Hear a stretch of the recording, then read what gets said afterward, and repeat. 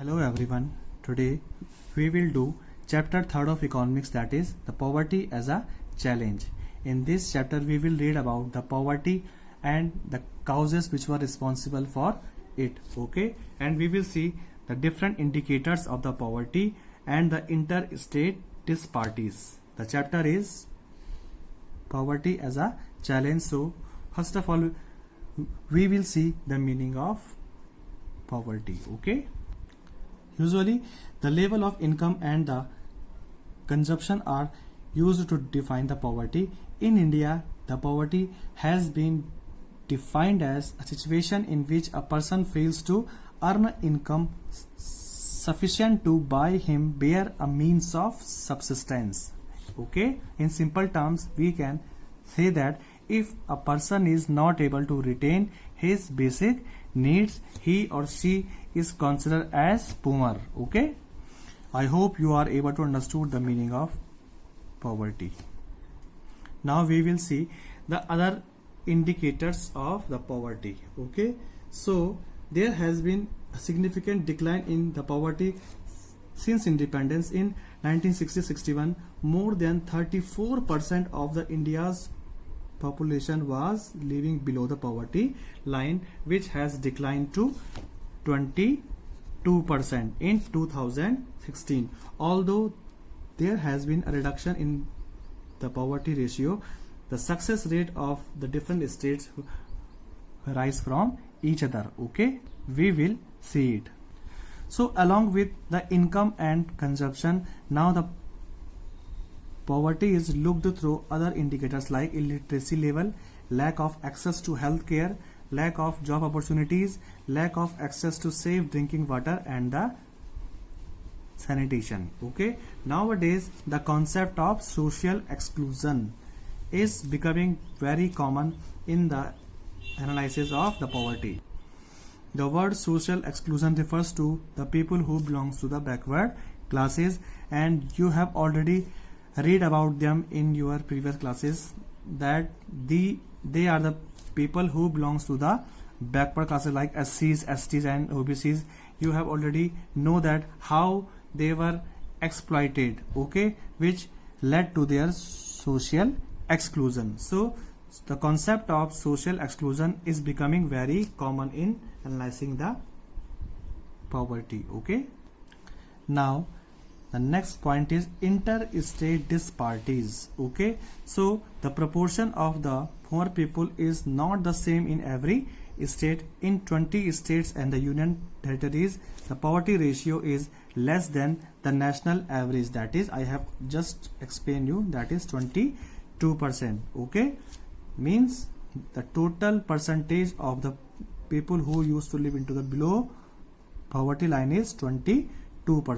Okay, and here I am explaining you about interstate disparities, in which we will see that the proportion of the poor people is not the same in every state, as Odisha and Bihar are the poorest states of India with the poverty ratio of 47 and 43%. Okay, you can compare this with the average ratio of the poor in India. It is very high. Okay, so Bihar and Odisha are the two poorest states of India with the poverty ratio of 47% and 43%. Okay, the lowest incidence of the poverty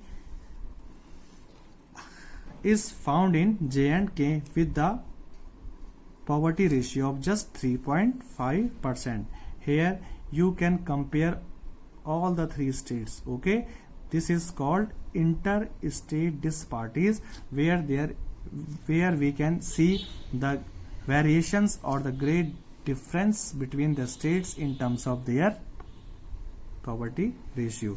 The average is 22%, and the two states they having almost half of their population live below the poverty line. Okay, students, in your NCERT book they have also given you a chart in which they just show you the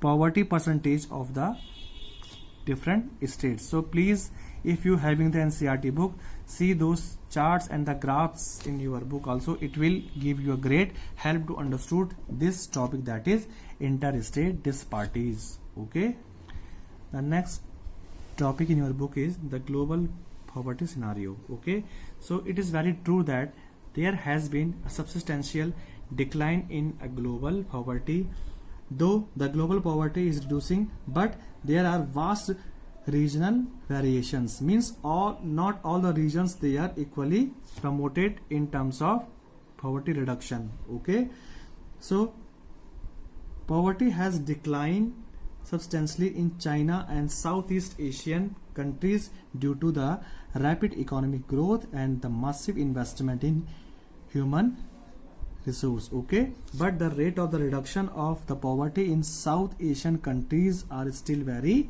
low. Okay, we can took the example of India also.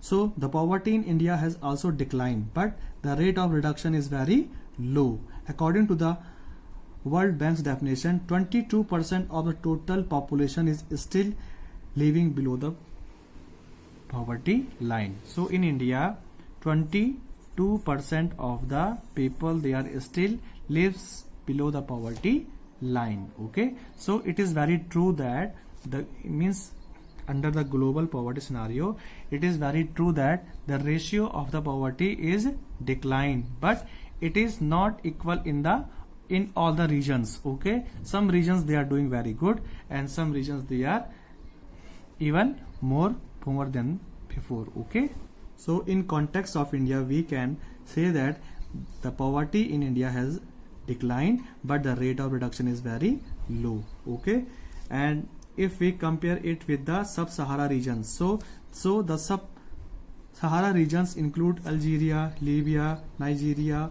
Okay, these countries, the poverty has been increased from 10% in 1986 to 46% in 2011. So you can see in these regions, instead of the reduction in poverty, it has been increased very sharply. So it led to a regional disparities in terms of the reduction of the poverty. Okay, I hope you all are able to understood this. Now the important topic in your book is causes responsible for poverty. Okay, the major causes which were responsible for poverty in India. So this is very important topic in your book. I will explain all these points through the notes which I will provided you next week. So please, you have to see those notes also. Here I will explain all these points. So the first cause which is responsible for increasing the poverty in India is the rapid growth of population. I hope all of you know this, as it is very common point. Okay, when we having the shortage of anything, means if we are reading economics and we having a question like this, the cause responsible for the shortage means increasing population is one of the most common point in such type of questions. Okay, so the rapid growth of population is responsible for and it is the chief cause responsible for increasing poverty in India, as just because of increasing population, not all the people they are able to got the job and they remains unemployed, which led to the increasement in the number of poor. Okay, the next point is the British rule. So the Britishers ruled India more than 200 years. Okay, prior to the British rule, the traditional industries, for instance the textile industries, flourished in India, but during the British rule the government adopted the policies to discourage such industries. This left millions of the weavers poor. Even after the 50 years of independence, we can find a major section of the people engaged in handicraft industries as downtrodden, means they were in worse condition. It not led the development of these local industries. Just because of this, the people who are engaged in such industries, they remains poor. Okay. The next point is lack of industrialization in India. Means the process of industrialization is very low. India is very backward from the industrial point of view. Hardly 3%. Okay, hardly 3% of the total working population is engaged in the large scale industries. This shows the lack of industries in India. Means only 3% of the total working population in India, they are engaged in the large scale industries. So we need to increase this rate. Okay. The next point is over dependence on agriculture. So even after more than the 70 years of independence, more than 60% of our total population, they are still depends on agriculture for their livelihood. Due to the shortage of inputs, our agriculture is backward. Okay, it is very true that agriculture provided huge amount of labor to the people, but most of the work are seasonal. I have already explained you in the previous chapter about the disguised unemployment and the seasonal unemployment. Both types of unemployment are found in this agricultural sector. Okay, so this shows the over dependence of the people on agriculture, as they do not have any other activities to perform. So willingly or unwillingly, they are engaged in agricultural production. This led to the unemployment, which is obvious reason for the poverty. Okay. The next point is unemployment. So due to lack of the job opportunities, more than 90 lakh of our total working force is unemployed. Okay, means it is a condition where an able-bodied person is willing to do some work. Okay, but he is not able to get any job. This process or this condition is called unemployed or unemployment. Okay, so because of this, because of the rapid growth of the population, most of our labor force was unemployed. It is not like that they are not able to perform the work or the duty. They, of course, they having the potential to do the work, but they having very less job opportunities. Just because of this, they remains unemployed, which led to poverty. So even though there are many causes responsible for poverty in India, but I have explained you only 5 here. Okay, I hope you all are able to understood all these points.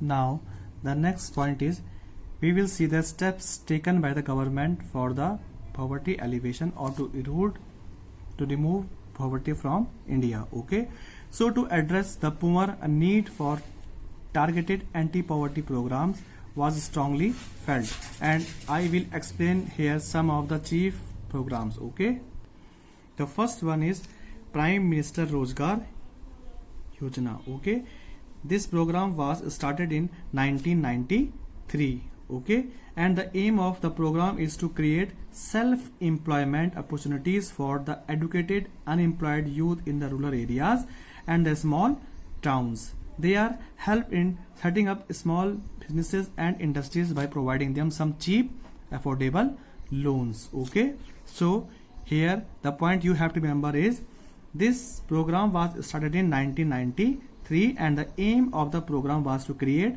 self-employment opportunities for the educated unemployed youth in the rural areas and the small towns. Okay, the next one is Rural Employment Generation Program. So it was launched in 1995 and the aim of the program is to create the self-employment opportunities in the rural areas and the small towns. A target of creating 25 lakh new jobs has been set up for the program under the 10th 5-year plan. Okay, so here you have to remember the year of this program, and you should know that the main aim of the program is to create self-employment opportunities in the rural areas and the small towns, and a target of creating 25 lakh new jobs, okay, to set up for the 10th 5-year plan. The next one is Swarna Jayanti Gram Swarojgar Yojana, okay. So it was launched in 1999, and the program aims to bringing the assisted poor families above the poverty line by organizing them into self-help groups into a mixed bank credit and the government subsidy, okay. So the main aim of this program, that is Swarna Jayanti Gram Swarojgar Yojana, is that to bringing the assisted poor families above the poverty line by creating the self-help group. Now I will explain you what are the self-help group. It is a group of the people framed or formed in the village level in which they pool their savings, and they pool their savings in every month in their group, and when the group is regular in its savings, the group is able to took loan from the bank. So the main aim of this program was that to bringing the assisted poor families above the poverty line by organizing them into the self groups through the mixed bank credit and the government subsidy, okay. Now the next one is Antyodaya Anna Yojana, okay. This program was launched in 2000, okay. Under this program, 1 crore of the poorest among the BPL families were covered under the targeted PDS, that is public distribution system, okay. So under this program, 25 kg of the food grains were made available to each eligible family at highly subsidized rate of, that is 2 rupees per kg for wheat and 3 rupees per kg for rice. This quantity has been enhanced from 25 kg to 35 kg with effects from April 2002. Now almost 2 crore families are covered under this scheme. So this scheme basically laid emphasis on extremely poor people who were not able to retain their basic needs, or under this program government just try to provide them essential food grains, that is wheat or rice. Now the next one is National Food for Work program, okay. So this program was launched in 2004 in 150 most backward district of the country, okay. This program was launched in the most backward district, 150 most backward district of the country. The program is open to all rural poor who are in the need to wage employment and desire to manual unskilled work. It is implemented as a 100% centrally sponsored scheme, okay. So under this program means government just try to generate work for those people who were only capable to perform the manual work, and it is implemented as the 100% central government sponsored scheme, and the food grains are provided free of cost to the states. Once the NREGA is in force, the National Food for Work will be subsumed in this program. Means after this I will explain you, when I will explain about the NREGA, means both the programs are almost same.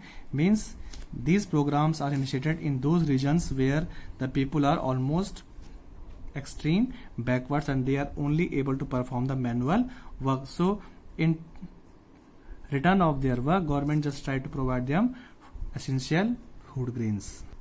The next and the most important point is the scheme of the government is National Rural Employment Guarantee Act, or the NREGA. This program was started in 2005, and it is also most important point in this chapter. It can also comes in your examination, okay. So please see it in your NCERT book also, okay. Students, the NREGA was passed in September 2005, okay. So the act provided 100 days assured employment. This is the most important feature of this program, that it provides 100 days assured employment in every year to every rural household in almost 2000 districts. Later the scheme was extended to 600 district. 1/3 of the proposed job would be reserved for the women. Means in under the NREGA, whatever the work or jobs are there, 1/3 of the jobs were reserved for the women. Okay.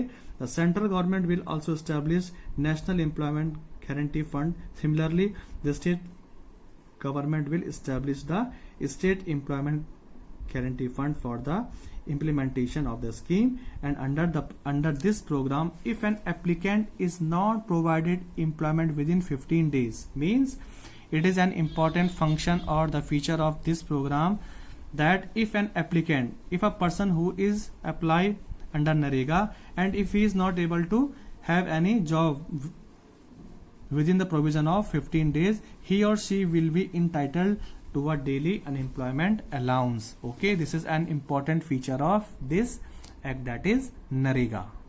So students, in this chapter we have read about the poverty, and I just try to cover all the important points of this chapter. Please, the points which I have mentioned in this video, see these points in your NCERT book also. Okay, if you will watch the videos and the notes or whatever the instruction I am giving you, you will be not face any problem. Okay, so please, if you having the NCERT books, see these notes in your book also, and if you having any problem, you are free to ask me personally. Okay, poverty and the causes responsible for the poverty, interstate disparities, and the steps taken by the government to reduce the poverty ratio in India are some important topics in this chapter.